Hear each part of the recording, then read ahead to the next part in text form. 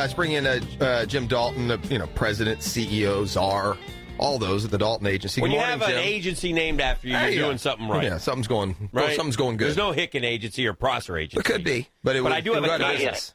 Jim, I do have a camp. I'm excited about that. You have a Hicken camp. We'll have a statement later in the day. Sounds good. How are you guys doing? How are you? Good. How are you doing? I'm doing great. Listen, there's a few interesting things. Look, it's kind of subjective as to who likes which commercials, right? Mm-hmm. I mean, that's kind of always been that way. But there are. I'm sorry. Go ahead.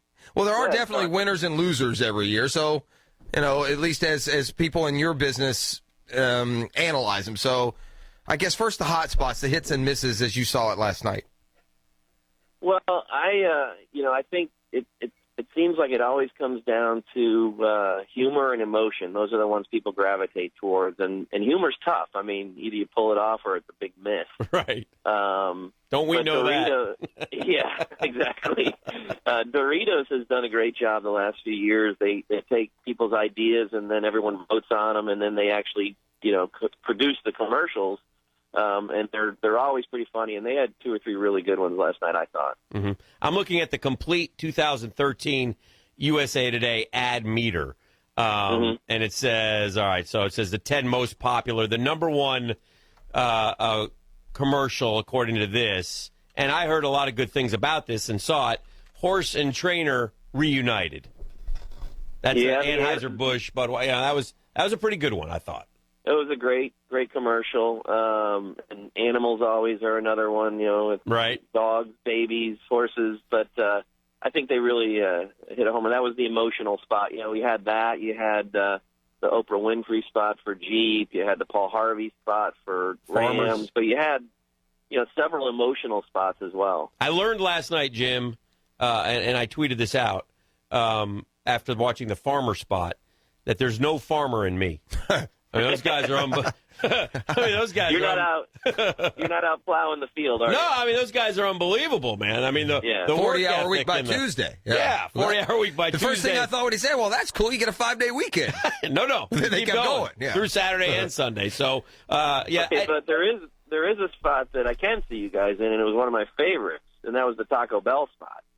Yes. I can see you guys in the retirement home and Hicken getting everybody that was out. a good one. Viva Young. That was a great commercial. Yeah, that Viva was Young. good. Yeah, I did. I like that one. I like that one, too. I like the Joe Montana stain. I thought that was creative. Mm-hmm. The guy drops the salsa, and it's a Joe Montana, That's a Miracle Stain commercial? Yeah, the Miracle That was number 2 on the ad meter. Yeah, that was good. I like that one. Jim, what's the deal, though, with the is it companies like the Oprah Winfrey one? I mean, obviously that's an emotional one. And I think back to last year. Was it last year when we did the Detroit one?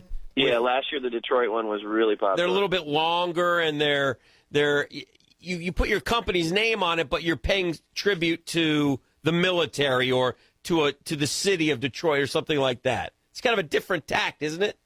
Yeah, they're trying to get an emotional connection to the brand. And okay. I'll tell you, one of the things I don't like, and I don't know what you guys think, but they're releasing everything so early now, so there's no real element of surprise. Right. All of the spots are on the internet in advance, and I get it. I mean, they're spending $3.8 million, so they're trying to stretch and get everybody to view it and go to their website and interact with it and everything else. But I think it's trying to get that affinity with the brand. That's what the emotional spots do. Is it honestly worth it to spend that much money for a 30-second spot?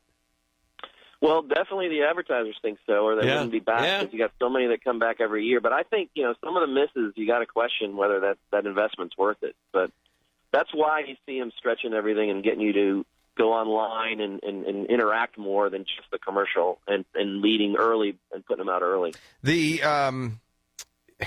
It seems like we push the envelope more and more. Jim, have you guys prognosticated what the year will be that we just get full frontal nudity on the commercials? I mean, when instead of running a commercial, when are they just going to start running 30-second clips of Cinemax? We had no wardrobe malfunctions at halftime. No. It's interesting, too, though, and this may speak a little bit to what Jeff's talking about. These are the bottom 5 commercials, according to this ad meter. We're finally getting tired of it, maybe? Guy in the underwear with Calvin Klein. That's not going to go over with men. What the heck was that? That was dumb. And Look, there's a bunch of women in the room. They weren't particularly impressed either. It was just an odd commercial. Anheuser-Busch Black Crown Party. I didn't like that. Was early on. I thought that was it didn't do much for me. Anheuser-Busch Beck Sapphire Fish Singing. I don't remember that one. That's a kind of, they've gone to InBev, so Beck's got to hook on to the Budweiser train. Anheuser-Busch Black Crown Coronation, and then the worst commercial according to this. GoDaddy Bar Rafali. That was terrible. Making out. It just didn't. It was just.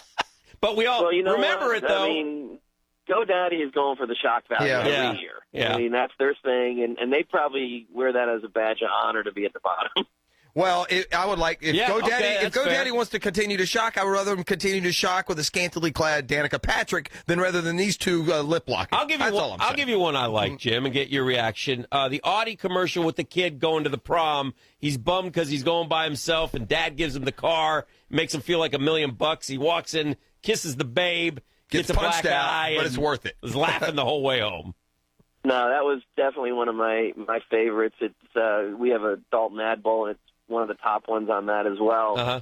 But, that commercial, I think everybody could see themselves in that spot and love to be that guy. I want me an Audi now. Talking with Jim Dalton, president and CEO of the Dalton Agency here in Jacksonville. Jim, the Firehouse spot that we saw, is that a regional spot or did they go national last night at the Super Bowl? That's a local spot. Yeah. I mean, you do get a couple local breaks, and those sell out pretty quick. So that would have been one of the local. What is a locals? And without I'm not trying to like. It's curious. Open it up. What is a local Super Bowl rate compared to a national Super Bowl rate? How much more are you paying? Do you know? I'm not exactly sure what they were charging this year, but it's. Take a couple zeros off. Yeah, for sure. It ain't $3.8 million. Are we going to reach the point, and maybe I'm wrong, I made a commitment this year I wasn't going to let the commercials drive my night. If I had to go to the bathroom or I wanted to get food, because I'm not going to sit, I didn't want to sit and wait for commercials that I know are now going to run through March Madness, and if they're good, I'm going to see them. Is there a danger in this commercial phenomenon to the Super Bowl dying at any point, or is the interest and the speculation and the attention on Super Bowl Sunday commercials as strong as ever?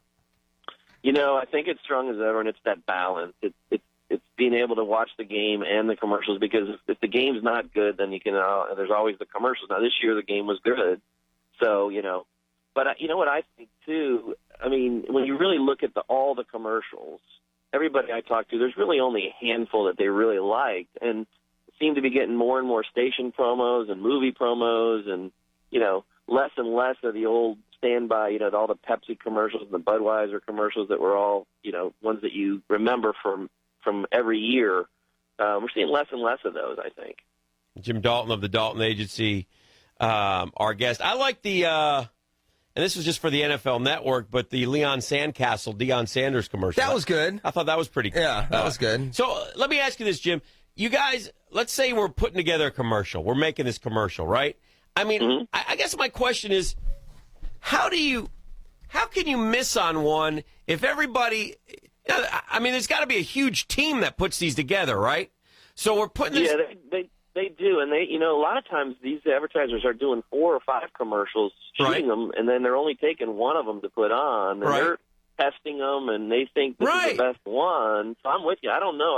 I look at some of those and go, are you sure you tested that? That's what I'm wondering. I mean, if usually if everybody's open and honest, I mean, if I could take, 500 people, and if I get, and I see these guys all, like if I'm going for humor, I can pretty much tell if I've hit it or not hit it.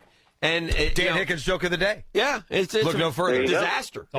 Disaster. So don't do it. But it boggles my mind that not all of them are outstanding. If I'm spending $3.8 million, it better be doggone good. Yeah, and if you and I are doing a spot, we're going to start with animals and babies, because those always seem to be the ones everybody likes. That's and true. if you have those two make out, you got a real winner. Yeah, exactly. Jim, we appreciate it. Thanks so Jim. much. Good catching up with you guys, All and we'll talk to you soon. All right, take care. Jim Dalton, President and CEO of the Dalton Agency. Again,